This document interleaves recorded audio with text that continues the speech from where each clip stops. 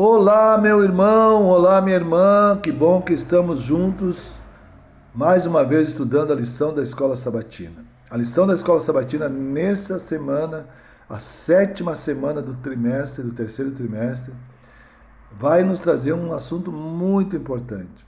Depois de entendermos algumas coisas sobre a missão da igreja, a missão que Paulo trouxe para essa igreja, a pregação de Paulo aos gentios, unindo gentios e judeus, fazendo parte, sendo co-herdeiros da salvação em Cristo.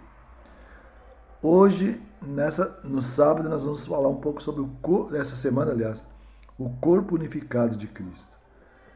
Paulo, ele usa a metáfora do corpo humano para exemplificar como a igreja deve funcionar. O corpo humano, ele funciona de forma extremamente harmônica. O coração não pode dizer ao fígado que ele é mais importante, ou o fígado dizer aos rins que ele é mais importante. Na realidade, todos os órgãos são importantes. Se um deixar de funcionar, causa um problemão para todo o corpo. Assim, Paulo exemplifica que todos nós devemos estar unidos em Cristo, dirigidos pelo Espírito Santo, para sermos a mão de Deus aqui nesse mundo, a direção do Espírito Santo, para sermos Cristo para todas as pessoas. A metáfora paulina tem um corpo saudável e unificado, nos ajuda a entender o objetivo de Deus para nós. Parte de uma igreja frutífera unida, para sermos parte de uma igreja frutífera e unida em Cristo. Uma igreja unida, uma igreja que vai dar frutos para a salvação. E o que isso significa? Que nós precisamos não só pertencer ao corpo, mas precisamos trabalhar para que esse corpo viva de forma harmônica aqui na Terra. Que o Senhor Espírito Santo possa nos dirigir e nos capacitar a permanecer fiéis e que essa igreja de Cristo permaneça unida, mesmo na diversidade, se preparando para o grande dia da volta de Cristo. Tenha um tempo especial essa semana para estudar a lição da Escola Sabatina. Prepare um tempo, porque você estará aprendendo e crescendo espiritualmente para a salvação em Cristo. Fiquem com Deus e tenhamos uma semana muito abençoada.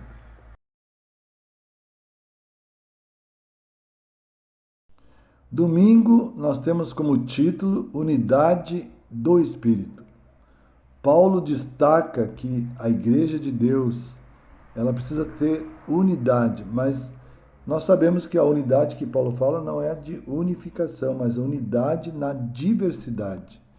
E Paulo destaca nesse capítulo, capítulo 4, no verso 2, 3 virtudes que colaborarão para que os crentes em Cristo possam manter a unidade. Primeira palavra é mansidão. No capítulo 4, verso 2, assim, a qualidade não pode ser excessivamente impressionada com o senso de importância própria. E também significa cortesia, consideração, gentileza. Então, ser manso é ser pessoa cortês, ser pessoa gentil, amável. A outra virtude é humildade, em Efésios 4:2, acrescentando a ideia de considerar os outros superiores a si mesmo.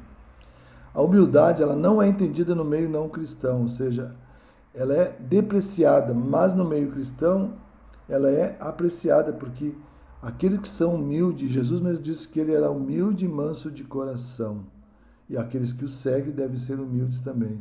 Humildade, mas é uma virtude positiva de apreciar e servir aos outros. E a última é longanimidade.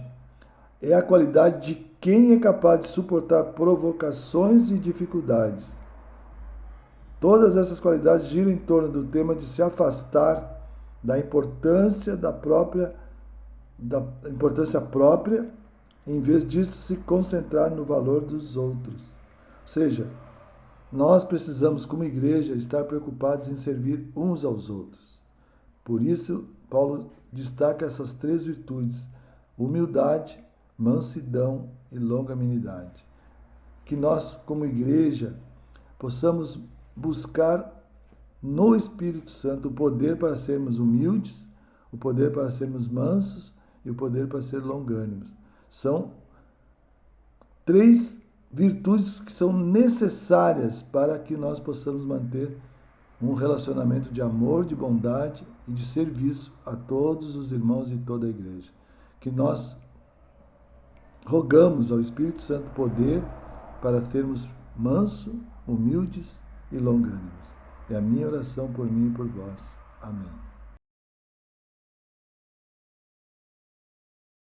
Olá, vamos falar de unidos no único Senhor. A união, ela envolve consenso, ela envolve padronização de ideia, ela envolve harmonia de relacionamento. E quando nós falamos nessa união, a união com Deus, ela está diretamente focada no nosso reconhecimento de Jesus Cristo, o Salvador. E ao analisarmos Efésios capítulo 4, verso 3, nós temos assim, preste bastante atenção. Esforçando-vos diligentemente por preservar a unidade do Espírito no vínculo da paz. Ou seja, a unidade em termos espirituais está relacionada à paz, não a conflitos, não a discórdia, não a dissensão. E o que nós observamos hoje em muitos âmbitos do segmento cristão é justamente isso, a dissensão, o atrito. Mas este não é o propósito de Cristo. O propósito de Cristo é justamente a união através da paz, do bom relacionamento, da mansidão, do domínio próprio mútuo. Isso conduz o povo de Deus à harmonia de relacionamento e, consequentemente, bons frutos e um ótimo relacionamento com aquele que nos redime, o próprio Jesus Cristo. Próximo tópico: Cristo exaltado, doador de dons. Se há uma coisa que o céu deseja fazer com a raça humana é doar. E doar dons, prover qualidade, prover diferenciais para o seu povo. Isso o céu concede com entusiasmo. E quem é a fonte para nos prover esses dons? Dons espirituais, dons que qualificam a Igreja de Deus. Preste bastante atenção em Efésios, capítulo 4, verso 7. Observe bem. E a graça foi concedida a cada um de nós, segundo a proporção do dom de Cristo. A graça, algo que nós não merecemos. Se somos bons em alguma coisa, se temos a habilidade em algum aspecto da vida, isso é dom de Deus, é dádiva do céu. É fornecido pelo provedor daquele que tem poder, aquele que nos redimiu na cruz. Você sabe de quem que eu estou falando. Então, toda vez que você tiver um bom desempenho, que você descobrir uma habilidade, que você utilizar esta habilidade para promover o crescimento da Igreja de Deus, eleve o seu espírito de agradecimento ao céu e reconheça Jesus Cristo como provedor desta qualidade.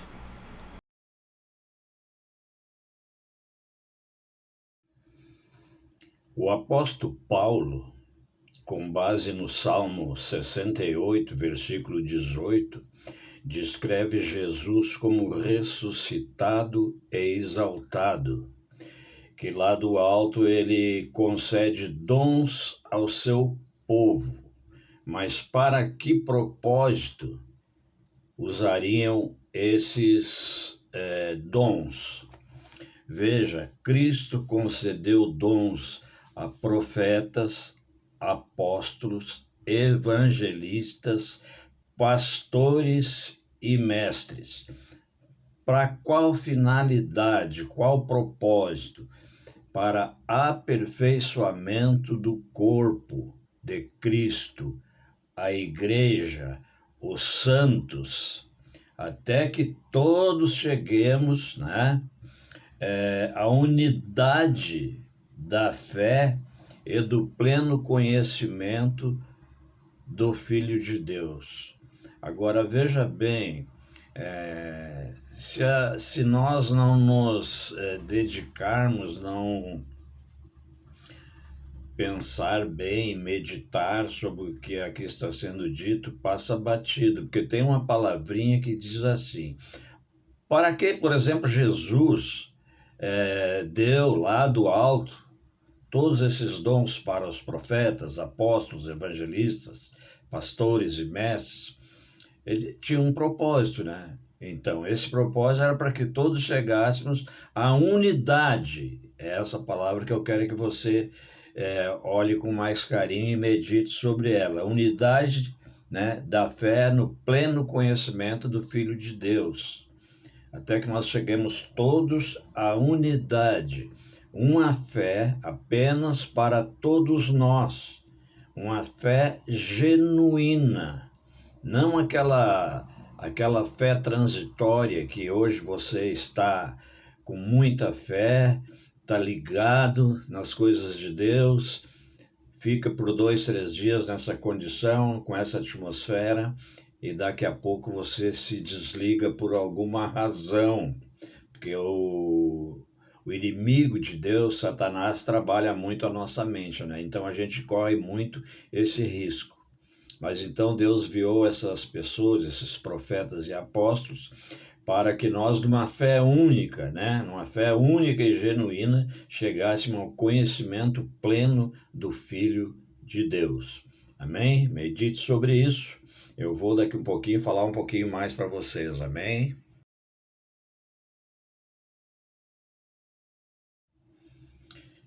Crescendo em Cristo. Irmãos, vocês já notaram que quando a gente está na igreja, principalmente aqueles que têm 10, 15, 20, 40 anos de igreja, temos uma tendência de achar que já sabemos tudo e que estamos firmes. Olha, eu diria para você que não é bem assim e nós temos que estar bem firmes e arraigados nas coisas de Deus, na mão de Deus. E Paulo nos recomenda, inclusive lá em Efésios, no capítulo 4 e versículo 14, que não sejamos, por exemplo, como crianças, né, que correm para lá e para cá, sujeito a ser levado por qualquer vento de doutrina, né? E também por artimanhas de homens. É uma coisa muito fácil de acontecer.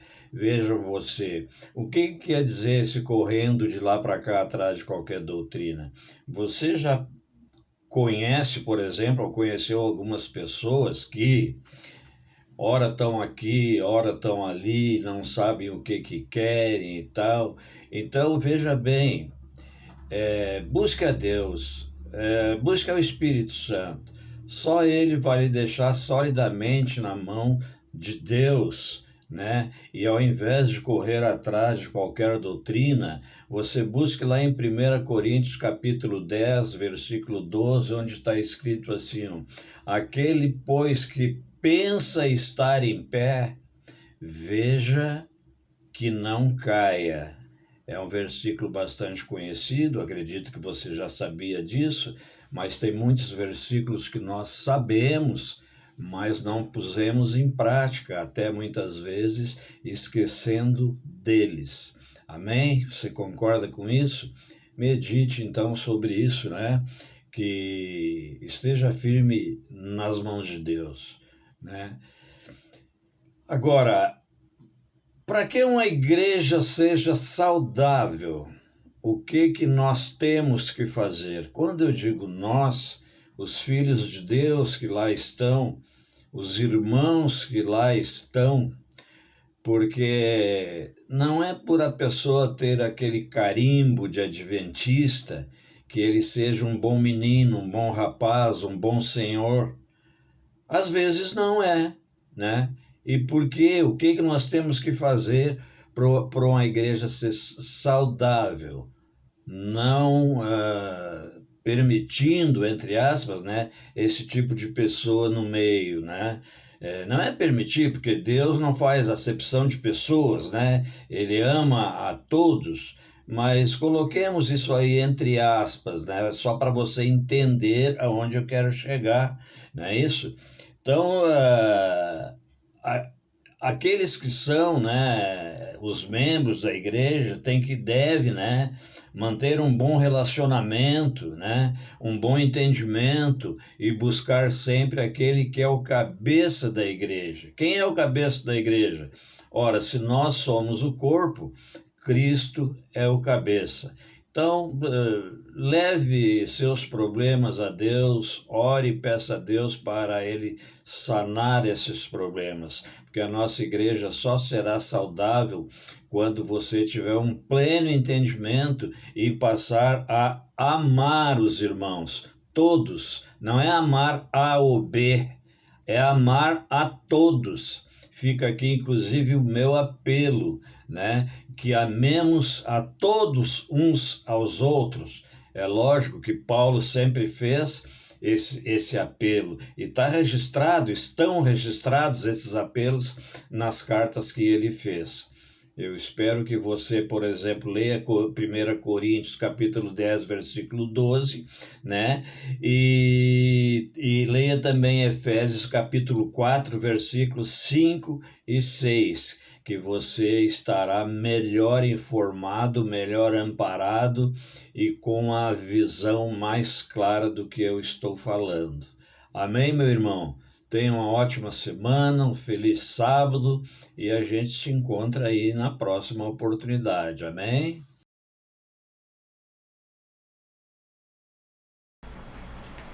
Vamos agora fazer o fechamento do nosso estudo.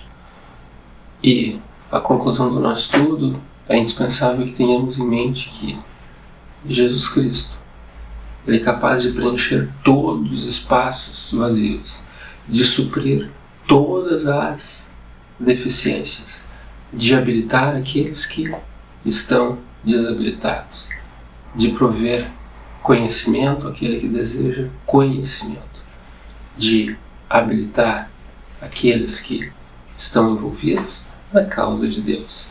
E quando falamos em habilitar, não podemos deixar de fora algumas características. Por exemplo, Cristo é capaz de prover, de formar pastores, mestres, apóstolos, profetas, enfim, todos aqueles que estão vinculados ao crescimento e à ampliação da Igreja de Deus, que tem o propósito de levar o Evangelho, ou seja, boas notícias. As boas notícias estão centradas aonde? Na salvação em Cristo Jesus. E quando nós falamos em salvação, nós falamos na misericórdia de Deus, na graça de Deus. E essa graça que é oferecida a todos aqueles que estão dispostos a se conectar com o céu, recebem as dádivas do céu. Portanto, existe uma eternidade à sua espera. Que tal aceitar as dádivas do céu e ser habilitado pelo poder de Deus? É uma ótima proposta, não é mesmo? Pense com muito carinho nisso e nos encontramos na próxima semana com um novo estudo. Até lá. Tchau, tchau. Ó Senhor, obrigado porque te revelaste a mim por meio da tua criação, que mostra o teu poder e a tua grandeza. Sinto-me compelido a adorar-te, a render-te glória e louvor, não apenas pelo teu poder, mas pelo teu amor e por tua imensa graça revelada em toda a criação e, sobretudo, em minha vida. Eu te agradeço porque me permites te conhecer melhor a cada dia. Que este seja o meu anelo diariamente. Em nome de Jesus. Amém.